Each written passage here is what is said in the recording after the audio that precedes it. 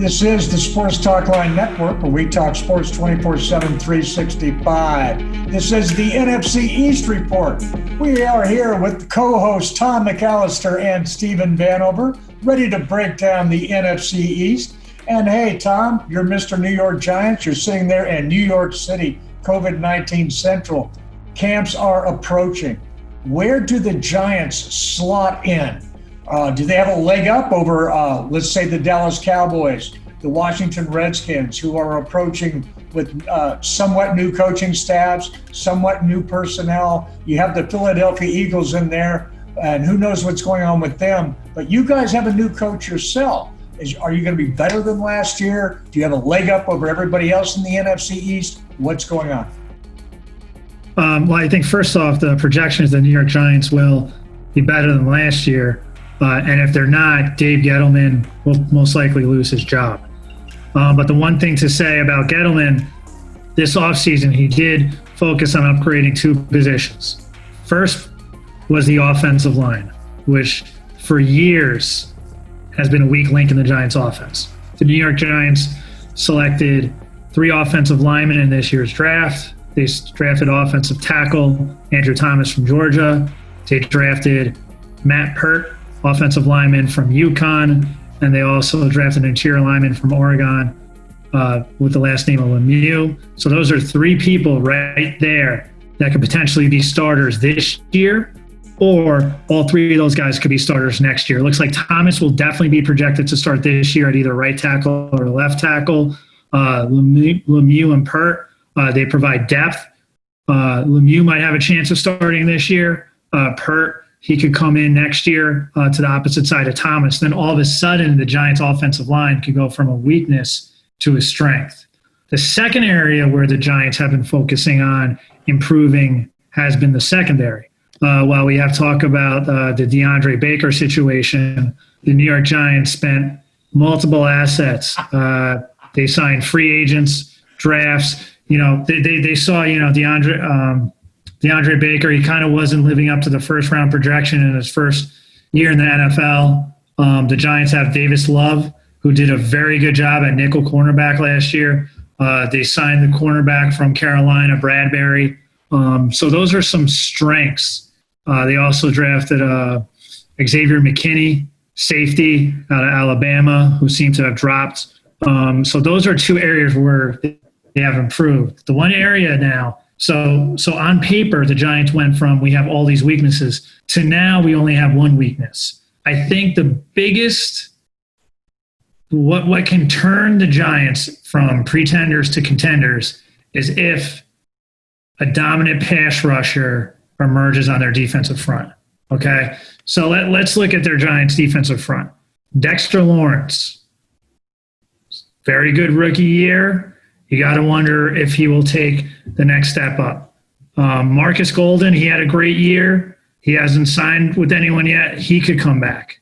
And he was the Giants' leading sack man last year. Lorenzo Carter, you got to wonder if he will come in and start getting sacks. So those are some things. You have Dalvin Tomlinson, who's a good nose tackle, because as frustrating as it is, even though the Giants don't have that pass rusher, they have a strong defensive line. They just need to get that presence off the edge. And that's what I was going to ask you. To me, it all comes down to, especially in the offseason, what have you done with your offensive line? What have you done with your defensive line? The offensive line, I think you nailed it. They went from a position of weakness.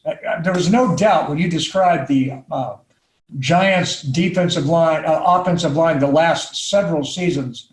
You started with, okay, it's a position of weakness. But now you're not saying that. You're saying, let's see how it shakes out. And if the dice roll the right way, it could immediately become a position of strength this season, yeah? Yes, I think you can definitely see progression. If you get, I believe Lemieux is an interior lineman. So you can usually get a starting interior lineman in the 5th, 6th round. That's where Lemieux was selected. Andrew Thomas, that's going to be the thing to watch in training camp. Will Andrew Thomas line up at right tackle, or will he line up at left tackle and only move Nate Solder over? because it looks like Nate Solder is going to be the odd man out. He didn't have a good 2019.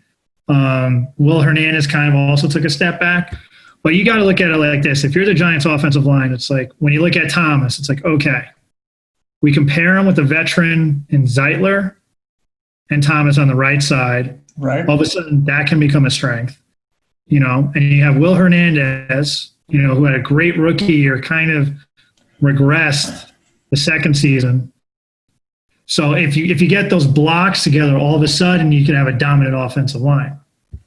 Well, you also picked up Cameron Fleming from Dallas, and he's currently set to be a swing tackle for you. And I think that's a huge upgrade because, one, he can step in and play.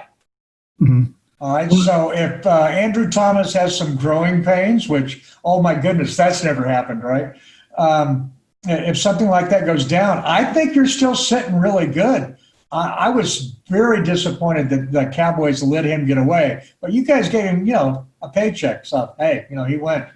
I love what you're doing there. I think you nailed it on the defensive line. There's a lot more questions there, but there is upside.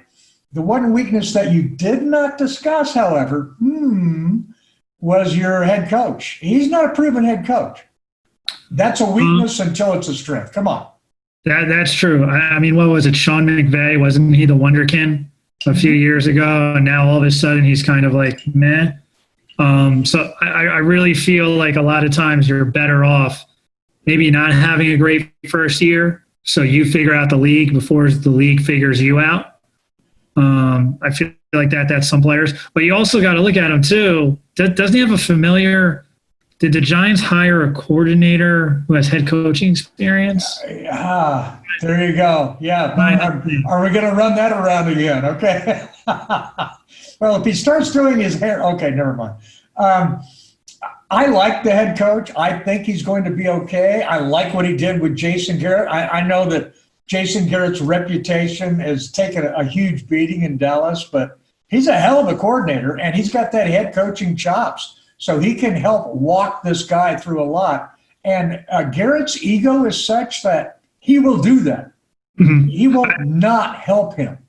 I think, too, if you're Joe Judge and you're the Giants organization, we're like, we have this great guy here, so let's get someone who has head coaching experience and put him on the staff. Yeah, and Garrett he's been with the New York Giants before. Mara family and him, he has loyalty to them, okay? He's not going to come in there and pull some shenanigan. He will not do that. He's a very loyal guy. So I think that situation really helps support what they're trying to do. A lot of people say, oh, well, it gives them a fallback. I don't think that's where they're going at all. It's, hey, let's try and do something with that. And now let's flip this around before we flip over to the Dallas Cowboys and talk about them and all of their warts on offense. You can say what you will about Daniel Jones. He didn't have the best offensive situation around him, the best offensive coordinator, the best offense, et cetera. He did have Saquon Barkley. And if you got that, it helps a lot. And the offensive line was a lot better in his rookie season than it was in the previous 4 seasons for any other QB there. But that wasn't saying much. It's just better, not good. Okay. Yeah. But with all that, he did pretty damn good. All right. I mean, sure. Is there shit he could do better? Yeah. If he could hold on to the ball, that would be good. Yeah, that's the biggest concern if you are a Giant fan, because the biggest problem with Eli Manning, besides lack of mobility, was Eli would turn the ball over. Bonehead turnover. And it's like you're looking at Daniel Jones, and it's like, great, he's mobile, but please don't tell us he turns the ball over even more than Eli. That's one big concern. But when you look at the Giants... And that's scary. Yes. That is scary. Because, Dallas Cowboys fans relied on Eli turning the ball over. Yes. We would be down by a score, but we go, that's okay. Eli hasn't turned the ball over yet. Mm-hmm. And we know it's coming. All right, so. I think he had Eli Manning he had a 500 record altogether in games started. He probably has the same amount of touchdowns to interceptions thrown. I didn't want to face him in the playoffs, that's all. I'll tell you this. In his prime, you do not want him with the ball with under 2 minutes left. He ran that 2 minutes. Not the regular season. Or the postseason or the Super Bowl against Belichick twice. There you go, man. He's one of the guys when it was like he always excelled at that 2 minute drill. Yes, he did. Until the last few years, and he kind of lost it. But also, it's not that he sucked at it; it's just that he didn't excel at it anymore. Yeah, the one thing you can look at though with the New York Giants, they have a decent wide receiver core. All right, decent, and all right, that's what I want to talk to you. All right, let me segue you into that. All right, Jason Garrett, I want to know how he's going to work with the QB and with the running back. And with the wide receiver core you have a very interesting wide receiver core. You have the veteran Golden Tate, right, who I love. I think he's a tremendously underrated wide receiver. I think that was a hell of a get, but he is older. And then you've got some other guys that haven't really got it done yet. But, I mean, the talent's there. Sterling Shepard, I really like him a lot. But, I mean, he hasn't really had a chance to do anything. Darius Slayton, all that guy does is make big freaking plays. Yes, he came out of nowhere. Whoa, he's scary. I mean, and to have him as a number 3, because you're going like, oh, the number 3, we can contain him. You better contain him every damn play, because if he only gets 2, they could be touchdowns, right? Well, I think also, too, with Darius Slayton, one thing, according to a lot of reports, Daniel Jones was starting out as a number 2 quarterback last year in training camp. Right. Darius Slayton was a 5th-round draft pick. All right, who am I going to work with? Daniel Jones and Darius Slayton worked together a lot in the offseason. Right. And it showed itself on the field. Oh, and boom, those were some exciting games, weren't they? Wow. Yeah. And I also think. Now, how's Garrett going to work with that mix? I think you missed one of the key components. The tight end. Okay. Yes. All right. Yes. And that's Evan Engram. Evan Engram is this one big wide receiver, this big tight end who has wide receiver speed, who hasn't been able to stay healthy. And there's all this stuff. You got to wonder, will Garrett be able to take him to the next level? Did Jason Witten do okay with Garrett? Yes, I know that because Witten was a thorn in the Giants' side for what feels like. Exactly. He was the giant killer, okay? He was. And so, I mean, here you have an offensive coordinator, head coach, whatever you want to call him at that point, all right, who enjoys using his tight end and considers his tight end a comfort blanket. Went back to him last season, pulled him out of retirement. So, yeah, I think Evan Engram, if I'm him, I'm licking my chops, aren't you? Yeah.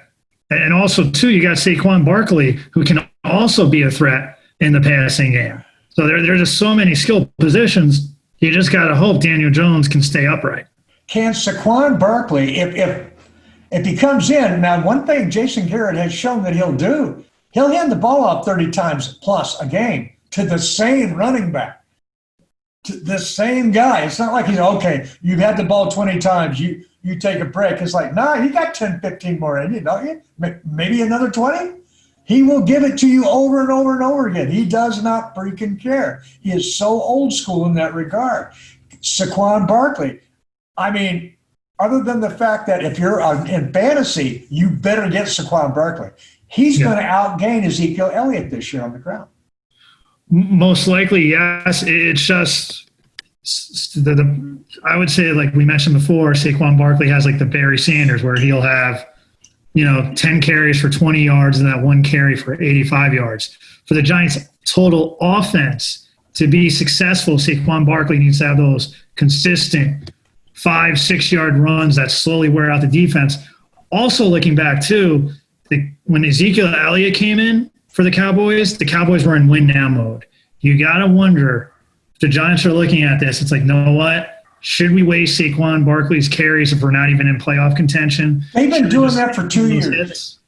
It's about time they got, find out, can this guy do it? That's what I say. Let's find out if he can carry a load. We don't need to kill him, but let's find out if he can carry a load. You've got to do that. I definitely think, you can be like, let's get him some touches. He's your best weapon. I believe he came back too early from injury.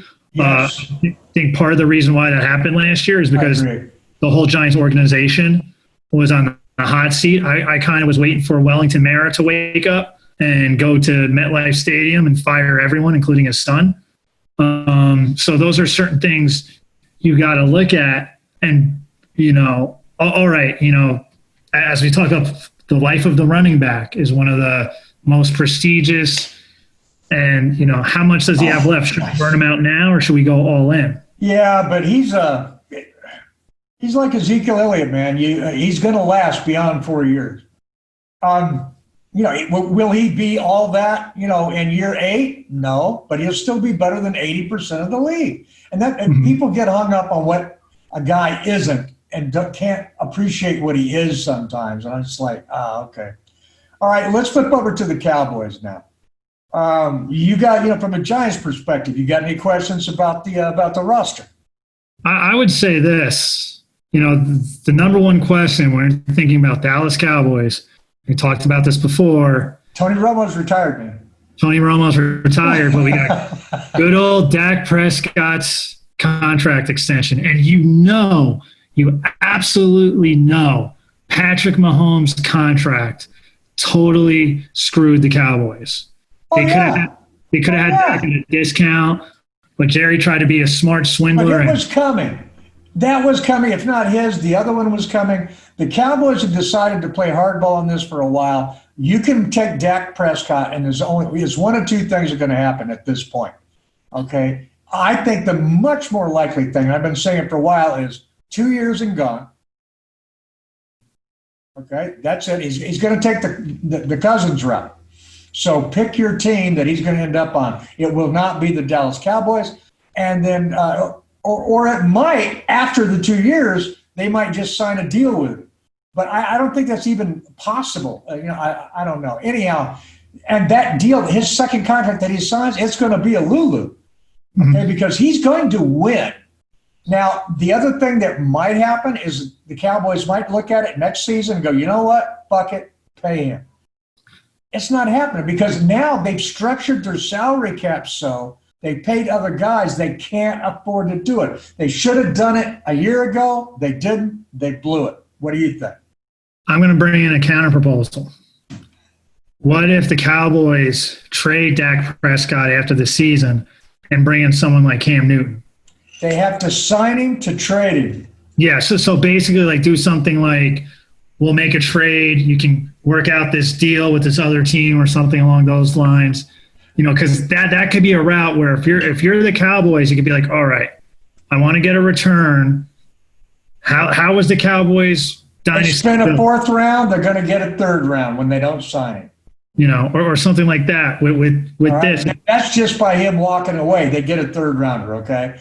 Now, can they do a trade and sign? A sign and trade actually is what it would be. That would have to be worked out, and then somebody would maybe give up a first for it, maybe a second. Have to see. Maybe. More likely, though, any team is going to go, why should I give up a first? I'm just going to wait. Yeah, it's also, too, it all depends when Dak Prescott does hit free agency, because I think after this year, I believe Jameis Winston signed a 1-year deal. Cam Newton signed a 1-year deal. And if you're Dak Prescott, you do not want to go on free agency with those two guys. You don't mind going on free agency with those two guys as long as you have another 10-win season. You don't care. You just don't care. Your stats are so much better than those guys. People want to get hung up on him. He has people looking at him one way. He's one way. He's a black quarterback.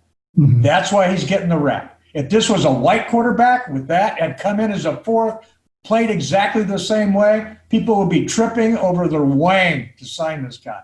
Black quarterbacks don't get the same rip. That's just the way it is.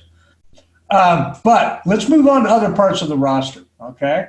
Mm-hmm. What can the Giants do to match up with Michael Gallup, Amari Toomer, and CeeDee Lamb? I would say this. This is kind of going to be one of CeeDee Lamb, I believe. I believe this is going to be one of the challenges going forward for the Giants. First off, right now, DeAndre Baker has not been released yet from the Giants. Who knows what's going to happen with this saga? I'm waiting for the congressional hearing to look into it. So this is kind of something where I believe if you're the Giants, you'll put Bradbury on Cooper, That's probably you put your most seasoned guy against their best one. But I also see Gallup having a more productive season than Amari Cooper. I think Gallup might actually end up being the more productive receiver between Cooper and Gallup. Cooper, I think, might fall into that big play, just huge play thing. And then CeeDee Lamb is just a total freaking wild card. Well, I also think, too, do you think that the defenses will game plan to stop Amari Cooper, which allows Micah Gallup to exploit that? Yes, they have to. And CeeDee Lamb, too, that's going to be interesting. You also got to look, who's the Cowboys tight end? Will they be able to get a threat at tight end? Oh, yes, they have a threat at tight end. Blake Jarwin, who has been held back by his buddy Witten, okay, and they are good friends, etc. You saw what he did against the Giants? I mean, how he actually convinced two Giants that he was invisible and not to tackle him on the way to the end zone. You know the play I'm talking about. And he stood there and he just – There are a lot of plays. I don't know what happened. There are a lot of plays. I got to think that somewhere in his head he thought he was going to get a fine for doing something. Yeah, that's the only thing that makes sense. The only thing that makes sense. Yeah, there are a lot of plays like that for the Giants last year. Or there was a 60s flashback moment. The acid had been hot and heavy, and he was just somewhere else at that moment because Jarwin just actually ran right by him, didn't even juke him. Just ran right by him, and the guy was like, yeah, okay, see you later. Was that Baker he ran by? Yes, it was DeAndre Baker. Yeah, Baker had a few of those last year, unfortunately. So that's going to be the situation, though, too. It's almost like that will be a litmus test because out of the NFC East, you probably got to put Cowboys and Giants probably have the two deepest receiving cores. And that will be the biggest challenge to the Giants secondary. But also, how do you make the secondary's life easier? You get a pass rush. Exactly. So this is like, are they going to be able to do this by scheme or just by straight talent? Because the Giants were most successful when they would drop everyone back and just send 4 pass rushers in that would be able to put pressure on. Yeah, who's not when that works? The Cowboys are going to try to do the same thing. They made a lot of big-name splashes in the offseason. Gerald McCoy, a guy that I've liked for a long time in the center, he's a 3-tech from hell. They didn't let him do that last year in Carolina, and his stats really tailed off. But his stats were tailing off anyhow. Mm-hmm. All right, so this is a guy on the tail end of his career. Does he have some stuff left? I don't know. But I love the Dontari Poe signing. We actually have a big guy in the middle. The Dallas Cowboys have been susceptible to a power run game because they've had problems with power running and what it does in the middle and the lanes that it opens against a power running team. So now they can stop that. They got Tyrone Crawford back, which is great. DeMarcus Lawrence, I'm hearing more and more and more, is going to opt out. Shocks no one. DeMarcus, their best pass rusher, he's not going to play. He may, but now is this a contract year for him? Huh? Is this a contract year for him? No. He just signed his big contract last year. Okay. so then he's definitely nothing out. He's not going to get paid this year. Yeah, but he's still got his money coming, and a bunch of it is guaranteed. Mm-hmm. So that's all great. We've still got Tyrone Crawford, but he's a workaholic guy. We've got Randy Gregory, who, he made the cardinal sin. He smoked weed. Now, of course, you can do that now under the CBA, and you can still play, just not get paid. Mm-hmm. Great deal, huh? Yeah. But they're not going to reinstate him this season. Now, they're saying, you know what? You need another year out. Even though we're going to make it okay, you still need another year. So they're not going to get him. And then they signed, what's his name? The former 49er, always head case guy, tremendous talent. Aldon Smith or Buckner? Yes, Aldon Smith. Okay. There's no doubting two things about Aldon Smith. His talent on the field and the fact that the man has serious freaking personal issues. Serious. But that doesn't mean you're not good on the field. Well, I mean, I don't know if you forgot about this, but Jerry Jones tries to be the NFL version of Boys Town, where he started this trend of taking all these players with all Picked these it up from Al Davis. issues with talent and trying to make a team out of it. Belichick just does it a lot better. So that's kind of something. He's successful when he does it. That's the difference. You see, on one side, Jerry does it, and he's not successful. On the other side, Belichick does it, and he is successful. That is the only difference between the two. You also got to look with Alden Smith. When was the last time he played an NFL game? 5 years ago. A lot can happen. Hey, he's got a lot of mileage left on the tires, right? In other words, question marks out the yang, man. Mm-hmm. Question marks out the yang. At the best, he will be a third down specialist. Most likely, he'll be pretty good against the run. Well, the important thing, he did what Jerry Jones loves to do the most. Signing Alden Smith won the press conference. That's what Jerry Jones is always about. He's not about, I honestly believe he'd rather win the press conference. Like, the only other thing he might want to do more is win. I'm not going to argue with you. All right. Linebackers, the Dallas Cowboys are set. They're deep at linebacker. They have good things. Cornerback is similar to you. They've had a lot of people because Byron Jones, they let him walk. Mm-hmm. When you can afford to let your best cornerback walk and your best cornerback is an all-pro, that's, man, you got some cojones. What do you think about that? I'd be licking my chops if I'm the Giants. I think they let Jones walk so that they could use that money to sign Prescott. Well, yeah, and then they didn't do it. Nope. So, good plan, bad execution. Oops. So, but they do have some guys there. They signed HaHa Clinton-Dix, which I think is a nice signing. And a lot of Cowboys are going, finally a safety. Like, there's a reason HaHa Clinton-Dix was available, okay? He's good. He's not great, so get over it. He's serviceable. Chidobe Awuzie, I love him. They may actually move him to safety. Well, it's also, too, which we kind of talked about before, you need 3 cornerbacks. Well, they've got Jordan Lewis as their quote-unquote nickelback. Oh, man, I think he's fine. I mean, let that guy play. So he's not 6'2". Just sue me, man. And then they've got Anthony Brown, who I think does fine on the outside. They've got Xavier Woods back there. I mean, there is talent back there.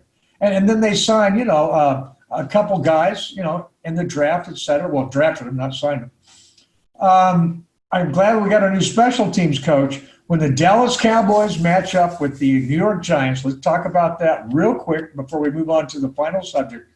What do you think are the weak points that are going to be exploited by either team? I would say the weakness on the Giants, or the most unproven thing, is the pass rush.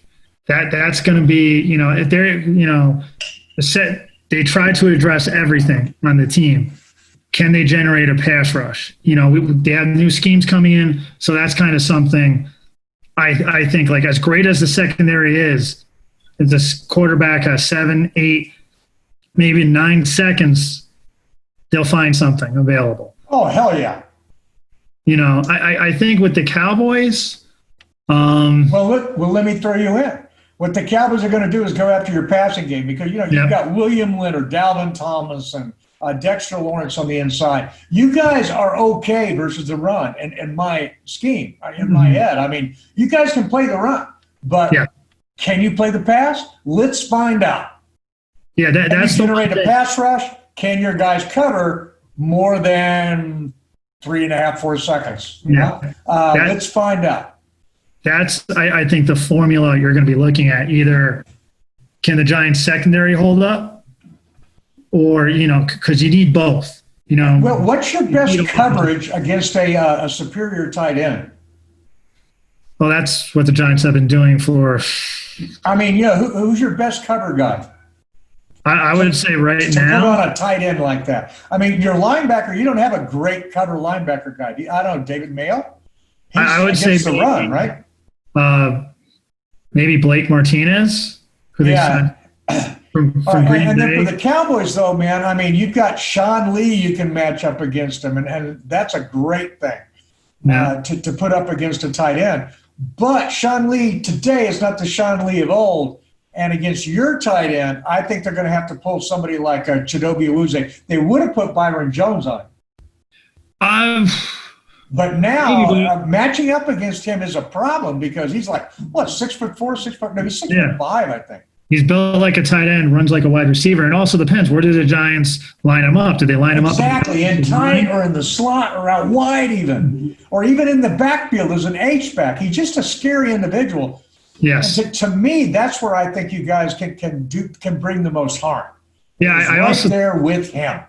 I also think with Engram, like you mentioned, all right, we'll match up a cornerback against him. Will you match up a cornerback against a tight end who's running up on the offensive line? That I think is the big, or even in the backfield.